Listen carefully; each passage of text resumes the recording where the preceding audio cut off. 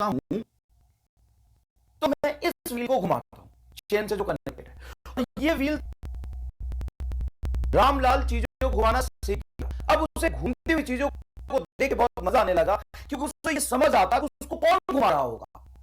वो कैसे घूम रहा था, इसको घुमाने का टच क्या होगा, इस ऑब्जेक्ट को घुमाना कैसे आसान होगा, और ये पर्टिकुलर फोर्स इसको घुमा नहीं पा रहा। उसको टॉर्क का कंसेप्ट बहुत अच्छे से समझ आ गया।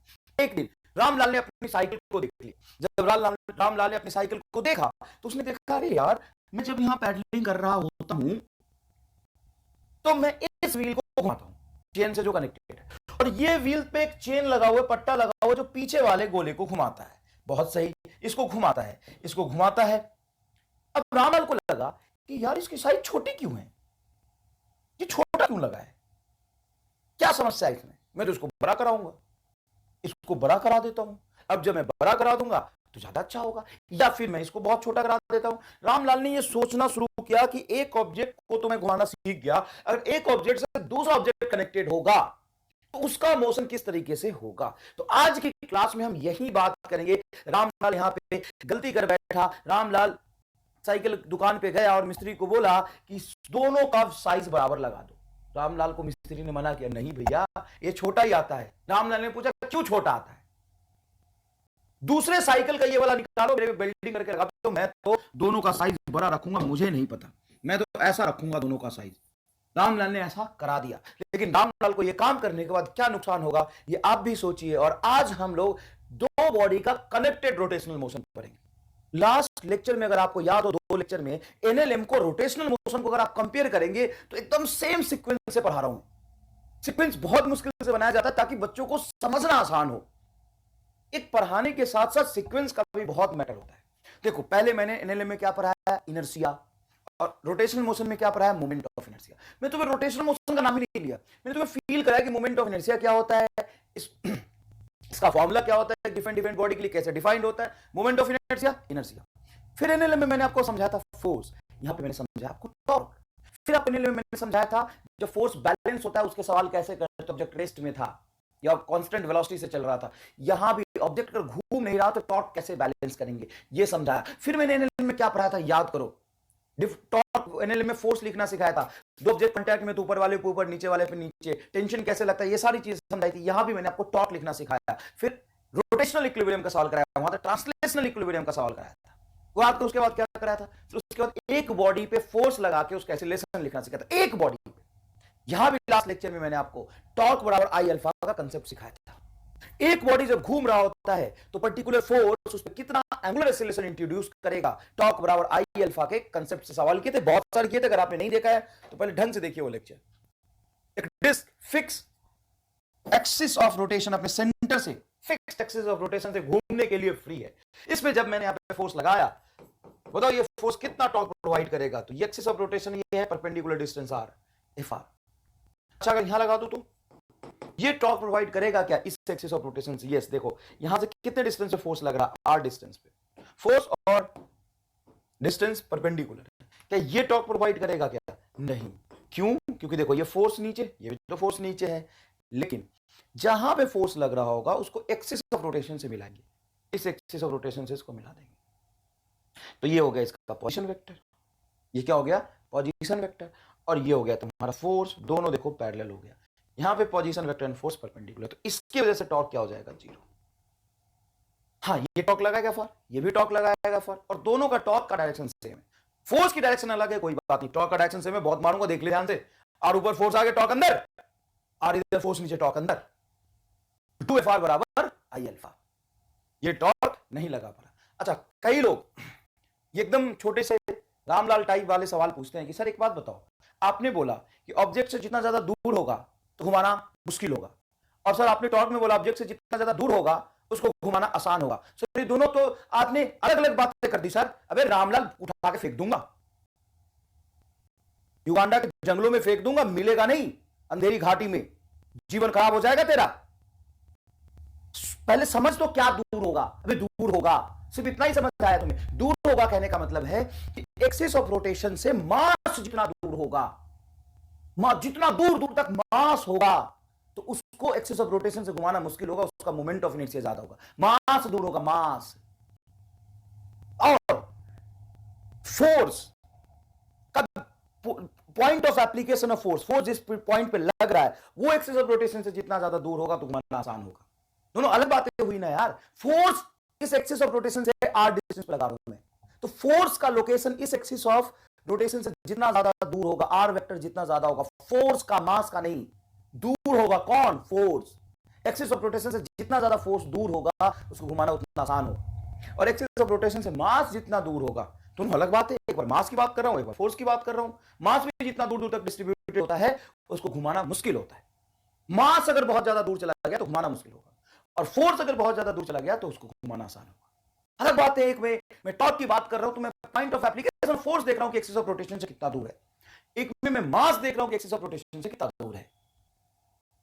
ऐसी बातें किया करा मत कर, सोच पहले, मैं तो फील कराया कि मोमेंट ऑफ इनर्शिया क्या होता है, टॉर्क क्या होता है। ये बात आपको बहुत बेसिक से समझाई है, कितना दूर, इतना मास, कितना दूर, अच्छे से समझाया है, आगे समझो। तो चलो, रामलाल ने दोनों व्हील का साइज तो बराबर करा दिया, इससे उसको नुकसान क्या होगा ये भी समझेंगे। प्योर रोटेशन और प्योर ट्रांसलेशन मोशन को एक बार लास्ट लेक्चर में मैंने समझाया था, एक बार रिवाइज भी करते हैं। What is pure translation motion? तो ये कहानी है, बस मैंने आपको बहुत अच्छे से समझा दिया है। If every part of a particle is moving with the same translational velocity, every part of the particle is moving, every part of a object is moving with the same translational velocity, then object is in pure translational motion. जैसे मान लो मैं ये round object ही लूं, ऐसा object ले लूं, ऐसा object ले लूं, अब इसका मोशन हो रहा, अब मोशन इसका कुछ इस तरह से हो रहा कि इस पार्टिकल की वेलोसिटी रही v1, इस पार्टिकल का वेलोसिटी सेंटर ऑफ मास है तो इसको ले लेता हूं vcm, इस पार्टिकल का वेलोसिटी रहा v2, यहां पे कोई पार्टिकल है उसका वेलोसिटी रहा v3, यहां पे कोई पार्टिकल इसका वेलोसिटी रहा v4। हर पॉइंट का वेलोसिटी क्या है, सेम। ये ऐसे चलेगा कुछ, देखो ये ऐसे चलेगा कुछ, इसको कहते हैं अपन प्योर ट्रांसलेशनल मोशन। देखो जैसे ये मार्कर की बात करो, जरूरी नहीं कि 1D ऑब्जेक्ट की बात करें, अपन मार्कर की बात करो। मार्कर चल रहा चल रहा चल रहा चल रहा, सीधा चल रहा सीधा चल रहा सीधा चल रहा, ये प्योर ट्रांसलेशन है, यही है pure translation. In pure translation बताओ, अगर ये वेलोसिटी ज्यादा हो, इसकी वेलोसिटी कम हो, तो टेढ़ा क्यों हुआ? अगर रामलाल ये हो रहा था इसकी वेलोसिटी ज्यादा, इसकी वेलोसिटी कम है, तो पीछे छूट जाएगा, आगे निकल जाएगा। ये हो गया इम्प्योर ट्रांसलेशन। प्योर ट्रांसलेशन नहीं है।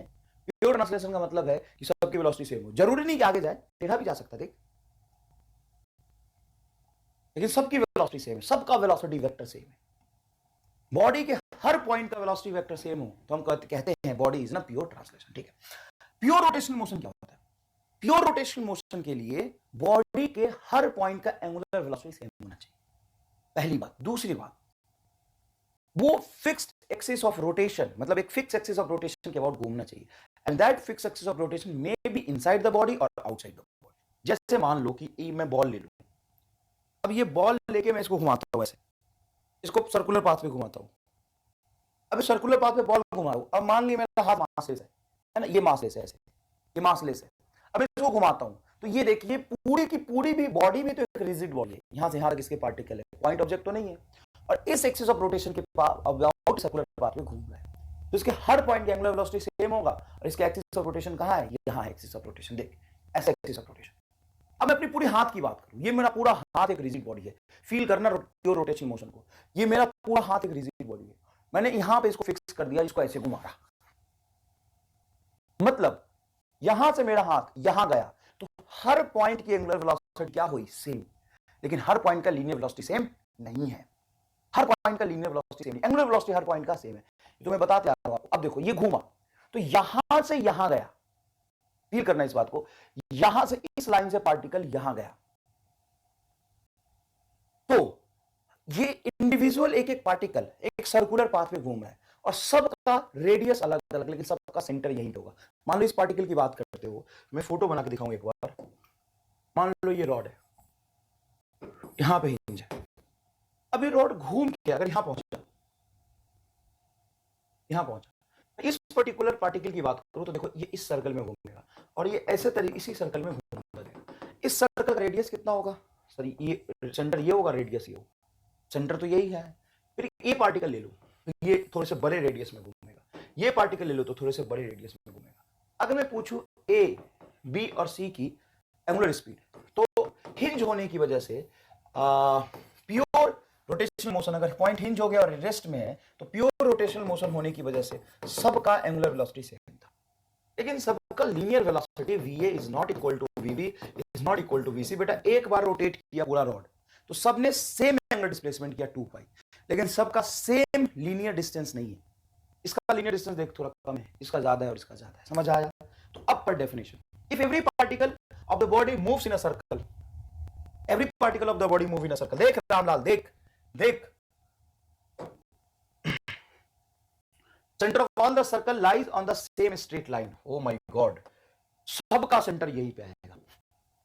स्ट्रेट लाइन क्यों बोला? मान लो ये रॉड ना होके एक 3 डायमेंशनल कोई ऑब्जेक्ट होता, जैसे कोई 3 डायमेंशनल ऑब्जेक्ट ऐसा होता, मान लो ऐसा कोई ऑब्जेक्ट है, ऐसा ऑब्जेक्ट है, चल अब इसको तू मारा इस एक्सिस ऑफ रोटेशन से, तो यहां का हर पार्टिकल सर्कुलर पाथ पे घूमेगा और सबका सेंटर इसी एक्सिस ऑफ रोटेशन पे आएगा। तो straight line axis of rotation हो गया, क्योंकि ऑब्जेक्ट एक पॉइंट के अबाउट नहीं घूमता, एक लाइन के अबाउट घूमता है और सबका सेंटर उसी लाइन पे होगा। Straight line called the axis of rotation. Every point of a body is moving with a different velocity. Yes, every particle is moving with a different velocity. Velocity vector different होगा। Speed हो सकता है दो particle का same हो जाए, लेकिन velocity vector different होगा। But same angular speed about the fixed axis of rotation, and that fixed axis of rotation may be inside the body or outside the body. ये मैंने आपको फील करके दिखाया। प्योर रोटेशनल मोशन का मतलब ये होता है कि एक कोई ना कोई फिक्स एक्सिस ऑफ रोटेशन होना चाहिए बस, और उसी फिक्स एक्सिस ऑफ रोटेशन एक लाइन बनेगा जिसके अबाउट सारा पार्टिकल सर्कुलर पाथ पे घूमेगा और सबका सेंटर उसी लाइन पे होगा। देखना, बता दिया मैंने अभी। रोलिंग मोशन क्या होता है? Combined translation and rotational motion is called rolling motion. एक बॉडी अगर सिर्फ चल रहा है तो ट्रांसलेशन, सिर्फ फिक्स एक्सिस ऑफ रोटेशन से घूम रहा है तो रोटेशन, और चलते चलते घूम जाए तो रोलिंग। क्लियर है? अब रोटेशनल मोशन में जो पैरामीटर्स होते हैं, अच्छा यहां पे मैंने डायग्राम भी बनाया हुआ है, ये प्योर ट्रांसलेशन है, प्योर ट्रांसलेशन, इसी को कहते हैं प्योर ट्रांसलेशन। समझ में आ गया? देख ले, रॉड है, अच्छा इसको कहते हैं प्योर रोटेशन। ये एक्सिस ऑफ रोटेशन देखो यहाँ पे, ये एक्सिस ऑफ रोटेशन है, fix axis of rotation. Fix axis of rotation हो गया तो ये हो जाएगा तुम्हारा प्योर रोटेशनल मोशन। देखो पॉइंट 1 है, 1 है, 2 है, 3 है, सबका थीटा सेम है, इन सबका स्पीड सेम नहीं होगा। हाँ, सबका ये भी सेम कर सकते हो, अल्फा एंगुलर एक्सीलरेशन अगर एक्सीलरेटेड है तो सबका एंगुलर एक्सीलरेशन सेम होगा, लेकिन सबका टेंजेंशियल एक्सीलरेशन सेम नहीं होगा। ठीक है भाई, चलो अब अपन फॉर्मूले की बात करते हैं। ये रिवीजन है, ये मैं एक फॉर्मूला आपको एक चार्ट के फॉर्म में आपको देना चाहता था, नोट्स के फॉर्म में, इसलिए पहले मैं पढ़ा चुका हूँ। देखो, सर्कुलर मोशन की काइनेमेटिक्स एंड सर्कुलर मोशन की काइनेमेटिक्स, मतलब एक पॉइंट ऑब्जेक्ट घूमे या एक रिजिड बॉडी घूमे, काइनेमेटिक्स में जो थीटा, अल्फा और ओमेगा में रिलेशन होता है वो वही रहेगा। क्यों रहेगा? तो देखो, तुम क्या कह रहे हो कि सबका ओमेगा सेम, तो एक पार्टिकल होता है, एक रॉड होता है, सबका ओमेगा सेम, सबका थीटा सेम, सबका एंगुलर डिस्प्लेसमेंट सेम, इसीलिए इक्वेशन ऑफ मोशन पे कोई फर्क नहीं पड़ता। इक्वेशन ऑफ मोशन पे कोई फर्क नहीं पड़ता। देखो, इक्वेशन ऑफ मोशन मैंने यहाँ पे डिफाइन किया हुआ है, सॉरी इक्वेशन ऑफ मोशन मैंने यहाँ पे डिफाइन किया हुआ है। देखो, ये तुम्हारा लीनियर इक्वेशन ऑफ मोशन था। देख, जब एक्सीलरेशन कांस्टेंट होगा तो ये सब जानते हो, s बराबर ut plus half at square, v बराबर u प्लस at, ये थर्ड इक्वेशन ऑफ मोशन, ये रेस्ट टू रेस्ट का है, ये कहाँ का है? रेस्ट टू रेस्ट का है। इसको इसी पेज पे टाइप करना था, लेकिन गलती से उन्होंने उधर कर दिया, कोई बात नहीं। क्या रिलेशन जानते हो? Theta is equal to omega naught t half alpha t square. हाँ, सेम वही है, कोई इसमें नया नहीं है, सबको मैं बहुत अच्छे से एक्सप्लेन कर चुका हूँ।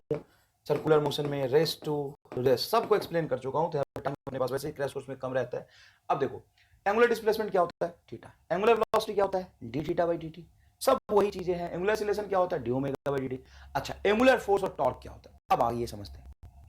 एफ बराबर आपने पढ़ा था एम ए, एफ बराबर आपने क्या पढ़ा था? यहाँ पे देखिए, एफ बराबर आपने क्या पढ़ा था? एम ए पढ़ा था, फोर्स बराबर मास into acceleration.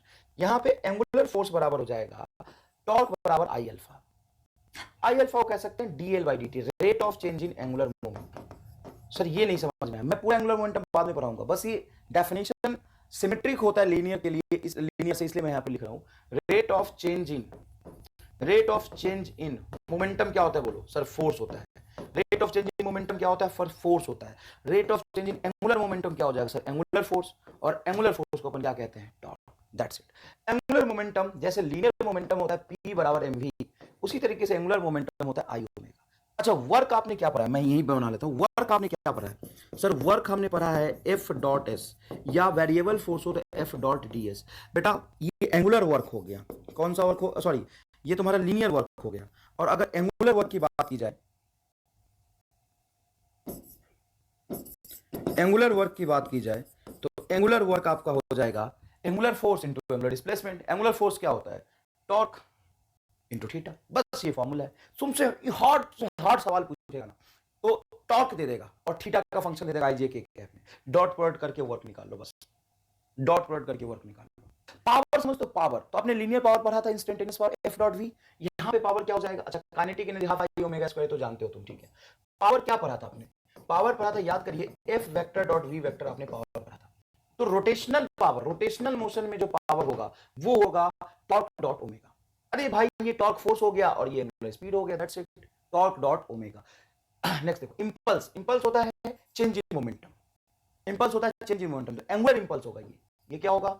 Angular, angular impulse. तो एंगुलर इंपल्स आपका हो जाएगा, इंपल्स नीचे लिखा हुआ है, एंगुलर इंपल्स आपका हो जाएगा change in angular momentum. Change in angular momentum को आप लिख सकते हैं, एंगुलर मोमेंटम लिख सकते हैं आई ओमेगा। तो आई बाहर आ जाएगा, आई डॉट डेल्टा ओमेगा। बस ये एक फॉर्मूला चार्ट मैंने आपको दे दिया है, जिससे चीजें थोड़ा सा सिमेट्रिक और आसान हो जाएगा, और कोई खास बात नहीं। अब आप वापस आ जाते हैं अपने रामलाल पे। रामलाल ने दो बॉडी को, रामलाल ने क्या किया? दो बॉडी को, छोटे वाले को और बड़े वाले को साइकिल में बराबर करवा दिया। तो इससे दिक्कत क्या होगा? चलो मैं बताता हूँ। क्या ऐसी चीजें आपने अपने जीवन में कहीं देखी है? अब हाँ सर, अपनी साइकिल में देखा। तो कभी तुमने सोचा, ईमानदारी से बताना, ईमानदारी से बताना मुझे प्लीज, कितने लोगों ने ये सोचा था कि आगे वाला बड़ा क्यों होता है और पीछे वाला छोटा क्यों होता है? आगे वाले को बड़ा क्यों रखते हैं और पीछे वाले छोटा क्यों होता है? इससे क्या फायदा होता है? कितने लोगों ने पहले सोच लिया था? अब आज तो सबको समझ आ जाएगा क्यों होता है ना? कितने लोगों ने पहले सोच लिया था? जरूर बताना। अब देखना क्यों होता है। देखो, ये मान लो घूम रहा है कुछ ओमेगा एंगुलर वेलोसिटी से, और ये घूम रहा है कुछ ओमेगा 1 एंगुलर वेलोसिटी से। अब ध्यान से सोचो कि चेन के थ्रू कनेक्टेड है। चेन अगर आइडियल है, इलोंगेट नहीं हो सकता। चेन देखते हो हमेशा टाइट रहता है, चेन इलोंगेट और कंप्रेस नहीं हो सकता। तो स्मॉल dt टाइम में यहां पे चेन जितना लेंथ चलेगा उतना ही लेंथ चेन यहां पे चलेगा, और चेन इससे चिपका हुआ है, फिसल तो रहा नहीं है, फिसलता नहीं है, फंसा होता है। इवन मतलब वो इतना ज्यादा इंटरलॉक होता है कि उसमें फिसल ही नहीं सकता। देखते हो चेन में कांटा जैसा निकला होता है, जो सॉरी व्हील में कांटा जैसा निकला होता है, चेन उसमें फंसा होता है। मतलब इतना तो पक्की बात है कि उसमें फिसल नहीं सकता। वो फिसलने से रोकने के लिए ही ग्रिप बनाते हैं और इंटरलॉक कर देते हैं। इतना भयंकर फ्रिक्शन लगता है उसमें, भयंकर फ्रिक्शन। सर भयंकर फ्रिक्शन कैसे? अरे भाई, जब तुम यहाँ पे देखो ऐसे ऐसे करते हो तो कहते हो सर स्मूथ दिख रहा है, लेकिन दुनिया में कोई चीज स्मूथ है नहीं, सब जगह कोई ना कोई थोड़ा थोड़ा फ्रिक्शन है। अब वहां पे तो तुम्हें दिख रहा है कि कांटे जैसा निकला है, वहां पे तो इनफाइनाइट फ्रिक्शन बोल सकते हो। इनफाइनाइट फ्रिक्शन का कोई एग्जांपल पूछे ना, इनफाइनाइट फ्रिक्शन बताओ, तो वही इनफाइनाइट फ्रिक्शन। व्हील में जो कांटे लगा होता है उस पर चेन फंसा होता है, मतलब ये फिसल तो चल सकता नहीं। मतलब ये dt टाइम में जितनी डिस्टेंस चलेगा, ये भी dt टाइम उतनी डिस्टेंस चलेगा। तो इसका मतलब तो ये हुआ कि अगर इसकी लीनियर स्पीड में v1 मानूं और इसकी लीनियर स्पीड v2 मानूं तो दोनों सेम होगा। यस। अब तुम दो बड़े व्हील को, जैसे तुमने देखा होगा गांव में, ये जो आटा चक्की होता है जिसमें गेहूं डाल देते हैं, वो पीसता है, उसमें पट्टा लगा होता है, एक पट्टे के थ्रू दो व्हील लगा होता है, एक बड़ा वाला एक छोटा वाला। हमेशा बड़ा और छोटा नहीं लगाते हैं, एक समान साइज का क्यों नहीं लगाते? आज तुम्हें समझ आ जाएगा। देखो, किसी भी इंस्टेंट पे इसका टेंजेंशियल स्पीड और इसका टेंजेंशियल स्पीड सेम होगा, टेंजेंशियल स्पीड सेम होगा। और टेंजेंशियल स्पीड होता है आर ओमेगा। तो यहाँ पे टेंजेंस पे अगर ओमेगा 1 से घूम रहा है तो ये हो जाएगा ओमेगा 1 इंटू आर बराबर ये हो जाएगा omega 2 into capital R, omega 2 into capital R. अब देखिएगा ध्यान से, तुम यहाँ पे कह रहे हो कि जो स्मॉल आर है वो कम है कैपिटल आर से, इन दोनों का प्रोडक्ट बराबर है। अगर स्मॉल आर कम है तो ओमेगा 1 ज्यादा होगा ओमेगा 2 से। हाँ सर, ज्यादा होगा, मतलब दोनों की टेंजेंशियल स्पीड तो सेम होगी, लेकिन दोनों का एंगुलर स्पीड डिफरेंट होगा। अब यहाँ पे अगर तुम नॉर्मल साइकिल का देखो तो नॉर्मल साइकिल के केस में ये छोटा होता है पीछे वाला।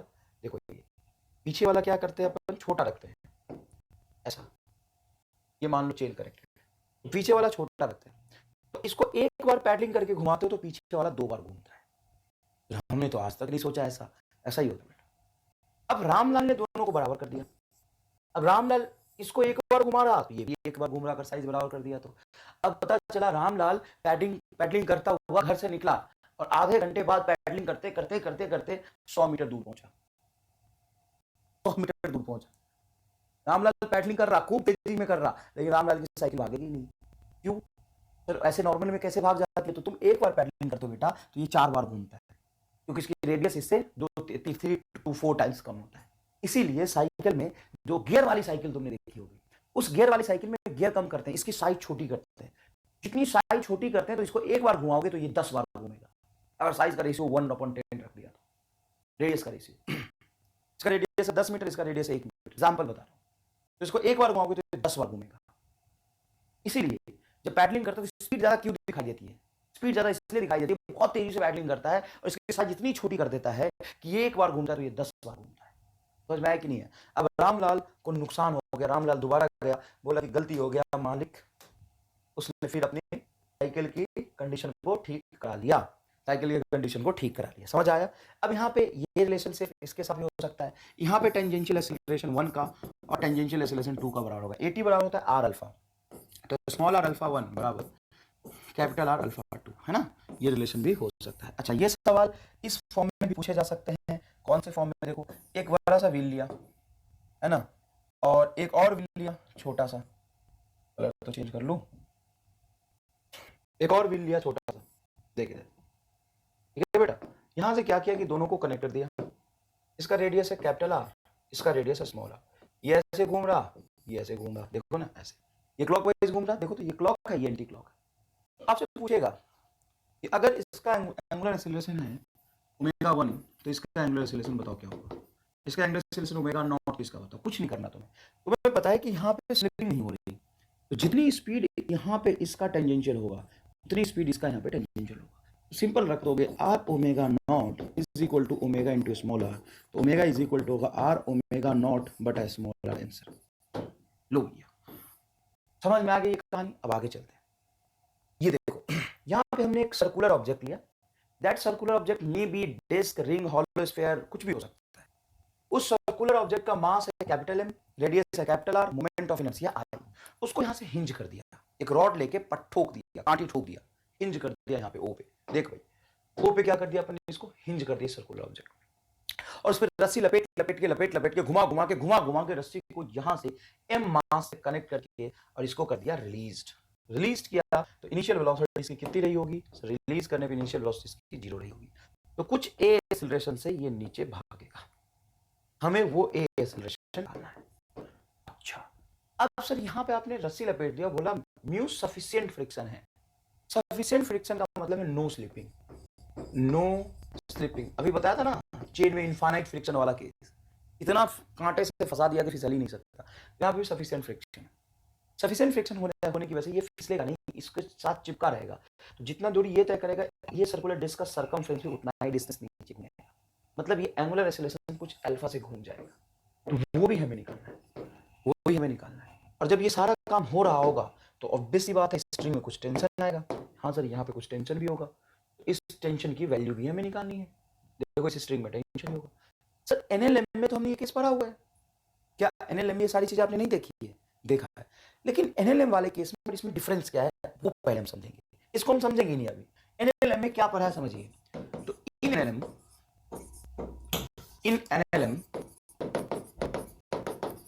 Mu was 0 and mass of disc is also 0, mass of disc is also 0 और म्यू भी 0। तो यहां पे ये स्लिपिंग हो जाता था पूरा का पूरा स्ट्रिंग, और स्लिप होने की वजह से यहां पे अल्फा क्या होता था? 0। तो इसे वो कहते थे आइडियल पुल्ली। आइडियल पुल्ली की दो चीजें होती है, फ्रिक्शन ऑफर नहीं करता और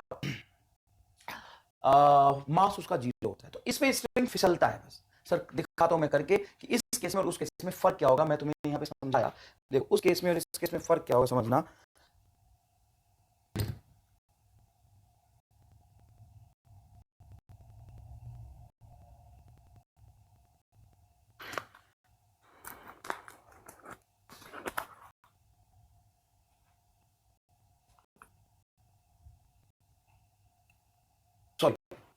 देखो मान लो ये ब्लॉक लिया अपन ने और इस ब्लॉक को ना यहां से बांध के घुमा के रख दिया ऐसे।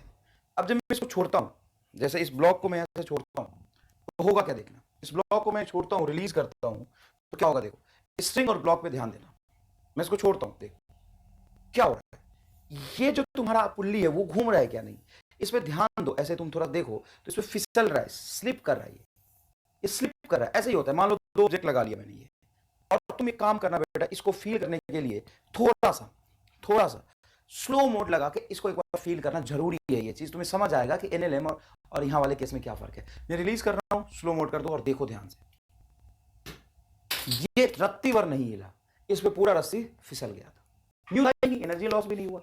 अब यहां पे क्या होने वाला है देखो, यहां पे क्या होने वाला है देखो, यहां पे ऐसा होगा कि ये है तुम्हारा स्ट्रिंग, इससे मैंने इस सर्कुलर ऑब्जेक्ट को, घूम गया, ये पहले घूम गया, सर्कुलर ऑब्जेक्ट पे क्या किया, मैं सिस्टम कैसे बनाया बताऊं, ये देखो डिस्क लिया, इसको सेंटर पे हिंज किया और यहां पे स्ट्रिंग को ऐसे ऐसे घुमा घुमा के इस पे लपेट दिया, सेम ऐसा ही वहां पे लपेटा हुआ है, तब फील आ जाए तुम्हें, सेम ऐसा ही वहां पे लपेटा हुआ है, और फ्रिक्शन इस स्ट्रिंग और डिस्क के बीच में सफिशिएंट है, तो इस पे फिसल नहीं सकता है, इस पे क्या नहीं कर सकता, फिसल नहीं सकता है।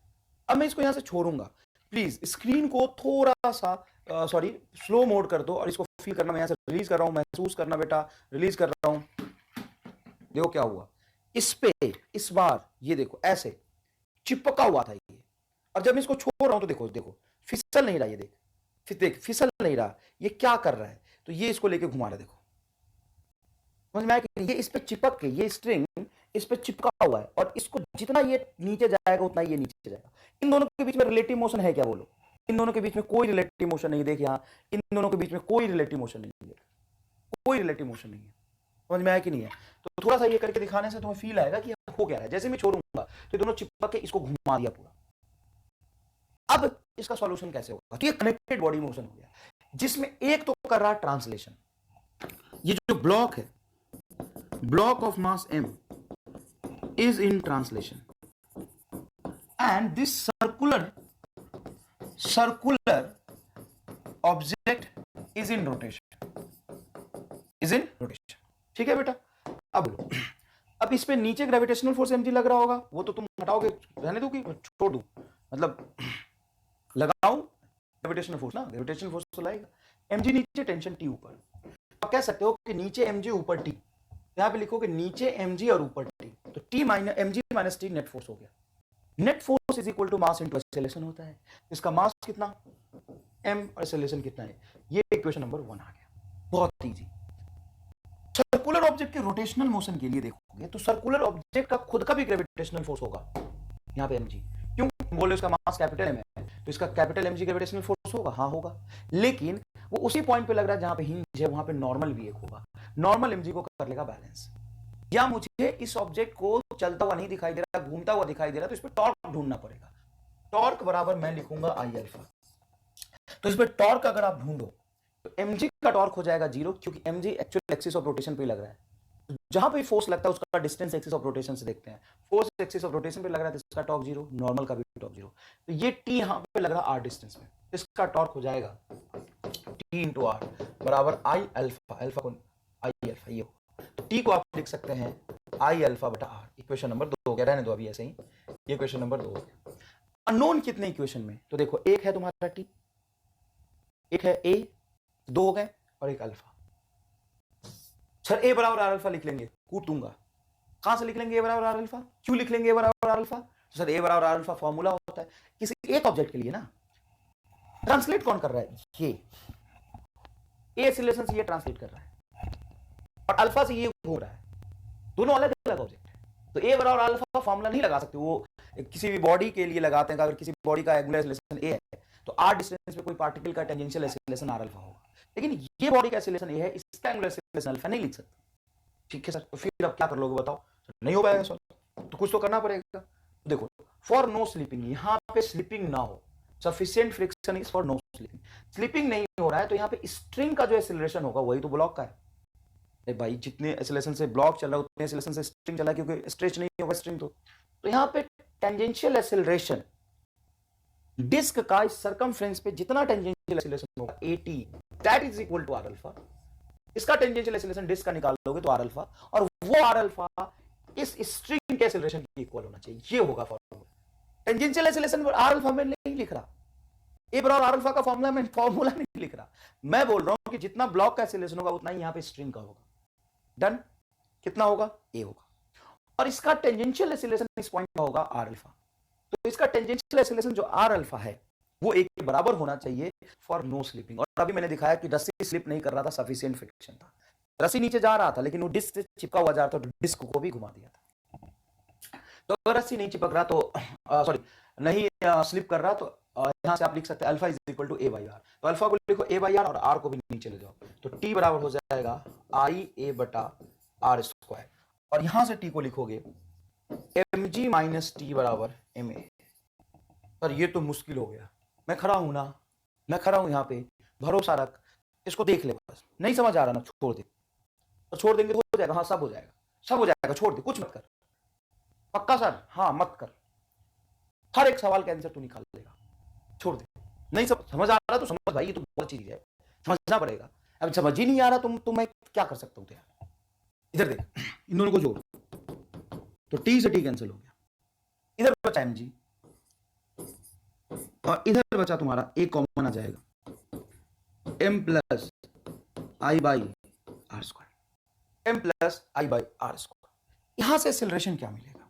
यहां से साहब एक्सेलरेशन मिलेगा a is equal to m g plus m जी बटा M plus I by are square. ये ऐसा एक्सेलरेशन, ठीक है, समझ लिया आप? आंसर आ गया, बड़ा भयंकर है, एम जी बटा M plus I by are square. चल मैं आंसर समझा देता हूं दूसरे तरीके से, सबको गोली मार। एक बात बता, क्या एक्सीलरेशन को मैं लिख सकता हूं net pulling force, net unbalance force बटा नेट मास? अरे सर ये एनएलएम में लिख सकते हैं, अरे जो मेन कंसेप्ट है कहीं भी लगा ले, तो ये समझ आता है? हाँ ये तो समझ आता है। किसी भी सिस्टम पे नेट अनबैलेंस फोर्स बटा नेट मास लिखते हैं। अब तो इस सिस्टम पे नेट अनबैलेंस फोर्स ढूंढ, नेट अनबैलेंस फोर्स सिस्टम का याद है ना कैसे सवाल करते थे अपन? सिस्टम का नेट अनबैलेंस फोर्स ढूंढो, तो सिस्टम का नेट अनबैलेंस फोर्स हो जाएगा, सिस्टम का नेट अनबैलेंस फोर्स हो जाएगा सर, यहां पे ध्यान से देखो, सॉरी सिस्टम यहां यार, यहां सिस्टम को यहां पे ध्यान से देखो, तो ये कैपिटल एमजी कहां लग रहा? नीचे। लेकिन इस कैपिटल एमजी अनबैलेंस फोर्स होगा नहीं क्योंकि नॉर्मल ने उसको बैलेंस कर लिया, और वैसे भी ट्रांसलेशन मोशन तो इसका हो नहीं रहा, तो इस पे अनबैलेंस फोर्स तो कुछ होगा नहीं। सर टी अनबैलेंस फोर्स नहीं था क्या? नहीं था। ये टी भी अनबैलेंस फोर्स नहीं था। सर क्यों? क्योंकि रामलाल यहाँ पे एमजी इस बॉडी का ट्रांसलेशन मोशन नहीं हो रहा, नेट फोर्स 0 होगा, इसलिए तो ट्रांसलेशन नहीं हो रहा। तो नीचे एमजी, नीचे यहाँ पे मान लो टी लग भी रहा है तो एमजी प्लस टी एन होगा, ठीक है। और वैसे भी जितना टी इस पे नीचे उतना ही टी इस पे ऊपर, तो सिस्टम के लिए टेंशन क्या हो गया? Internal force. तो बॉडी में मोशन इंड्यूस करने का काम, चाहे इसका ट्रांसलेशन मोशन पैदा करना हो चाहे इसका रोटेशन पैदा करना हो, मेन तो एमजी ही है। हाँ तुम कह सकते हो कि सर इसको घुमाने का काम तो टेंशन नहीं किया, घुमाने का काम टेंशन नहीं किया, इसको घुमाने में टेंशन का रोल है, लेकिन जितना टेंशन ने इसको घुमाने में खर्च किया था उस टेंशन को दिया किसने था? एमजी नहीं तो दिया था, नीचे एमजी लग रहा था, टेंशन ने अपोज किया, तो जितना वर्क टेंशन का यहाँ निगेटिव उतना ही वर्क यहाँ पे पॉजिटिव। अच्छा, मतलब सिस्टम पे टेंशन कोई कंट्रीब्यूशन नहीं दे रहा, इंटरनल फोर्स की तरह काउंट होगा, और पूरे एनएलएम में इंटरनल फोर्स की तरह काउंट हो रहा था, लॉज ऑफ मोशन की बात कर। अच्छा सर इसका मतलब ये हुआ कि नेट अनबैलेंस फोर्स ब्लॉक का एमजी नीचे था बस। हाँ तो ये तो समझ आ गया, बटा नेट मास। अब जो बॉडी ट्रांसलेट कर रही है उसका नेट मास हो गया एम, जो बॉडी रोटेट कर रही है उसका रोटेशनल मास लिख लो। सर आपने रोटेशनल मास आई बताया था, हाँ लिख देता हूँ। अब फील करो कि डायमेंशनली सही है कि गलत है? सर गलत है, क्योंकि आई होता है moment of inertia M R square, mass into distance का स्क्वायर। अब मास में mass plus mass into distance का स्क्वायर को ऐड नहीं कर सकते। अब कुछ बच्चे हैं हमने तो नहीं सुना है सर। अब एक बात बता, मैं ऐसे एक छोटा सा एग्जांपल देता हूं, 4 kg प्लस 5 मीटर क्या होगा? पॉसिबल नहीं। 4 kg प्लस 5 मीटर पॉसिबल नहीं। क्यों पॉसिबल नहीं? कि दोनों डिफरेंट फिजिकल क्वांटिटी। तो वही कंसेप्ट मैं जब यहां पे लगाऊंगा, लिखूंगा m प्लस आई, तो गलत है, क्योंकि भले ही रोटेशनल मास है लेकिन इसका डायमेंशन होता है केजी मीटर स्क्वायर। अच्छा तो डायमेंशन ठीक करने के लिए क्या कर सकते हैं सर? डायमेंशन ठीक कर दो, मजा आ जाएगा, मजा दिला दूं। देख इधर, बटा आर स्क्वायर, कुछ नहीं करना, उसके रेडियस के स्क्वायर से डिवाइड कर दो, ऊपर आई में एम आर स्क्वायर आएगा ना, आई में क्या आएगा, आई में क्या आएगा, एम आर स्क्वायर आएगा, एम आर स्क्वायर आएगा, तो आर स्क्वायर से भाग दे दे तो सिर्फ मास वाला फ्रैक्शन बचेगा। हाँ, इसी को कहता हूं मैं रोटेशनल मास, इसको कहता हूं मैं रोटेशनल मास। अब ये रोटेशनल मास और ये तुम्हारा लीनियर मास, सर ये अगर काम कर गया तो मोक्ष मिल जाएगा मुझे। अरे मिल चुका तुम्हें मोक्ष, मोक्ष मिल गया। ये बकलोली नहीं करना तुम्हें, किताबों में बकलोली क्या होता है, ये पूरा बकलोली करके निकालते हैं, पता नहीं क्या करते हैं। तुम मत कर इसको, तुम इस कंसेप्ट को फील कर, क्योंकि तुम एग्जाम में, एक बात बताओ, तुम इसको समझ भी लिए, जितनी जनता ने इसको समझी है कि तुम एग्जाम में ये कर लोगे, ट्रांसलेशन मोशन रोटेशन मोशन का डायग्राम बना लोगे, फिर 3 इक्वेशन बना लोगे, फिर उसको सॉल्व करके सॉल्यूशन निकाल लोगे।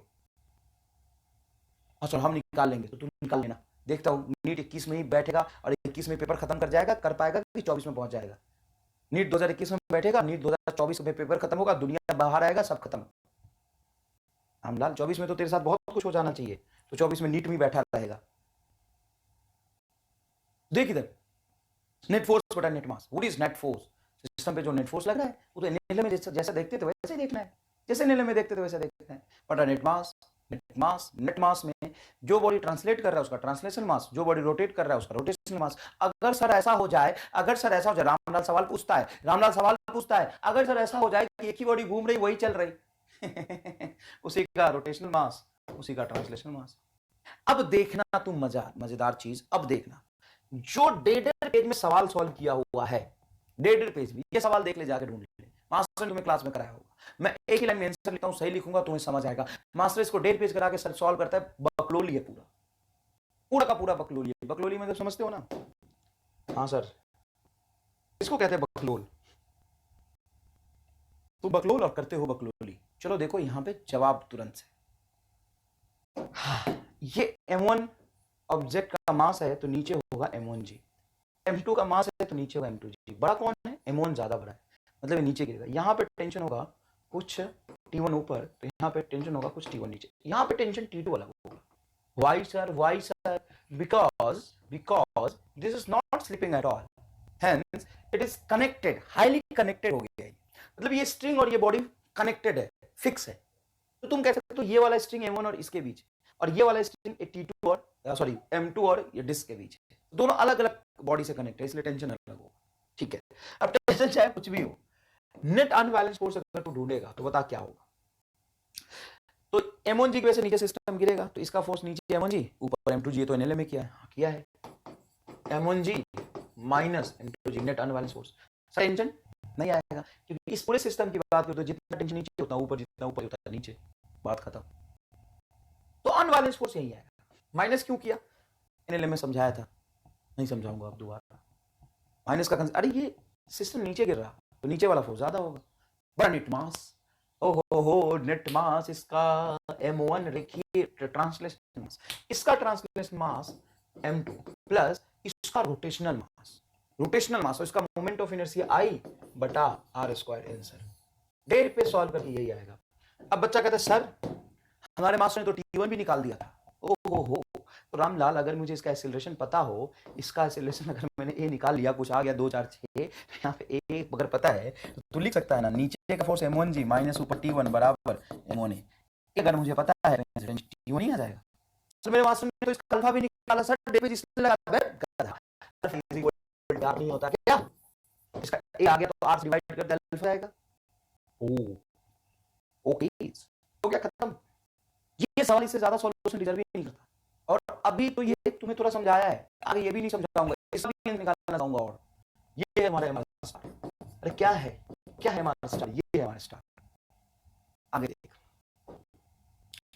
देखने से पहले एक सवाल और ऐसा ला देता हूं मैं, देख यहाँ पे मान लो ये ऑब्जेक्ट है यार, ये ऑब्जेक्ट, चलो यहाँ पे एक डिस्क बना लिया। चलो यहाँ पे अपन ने क्या बना लिया? डिस्क बना लिया। और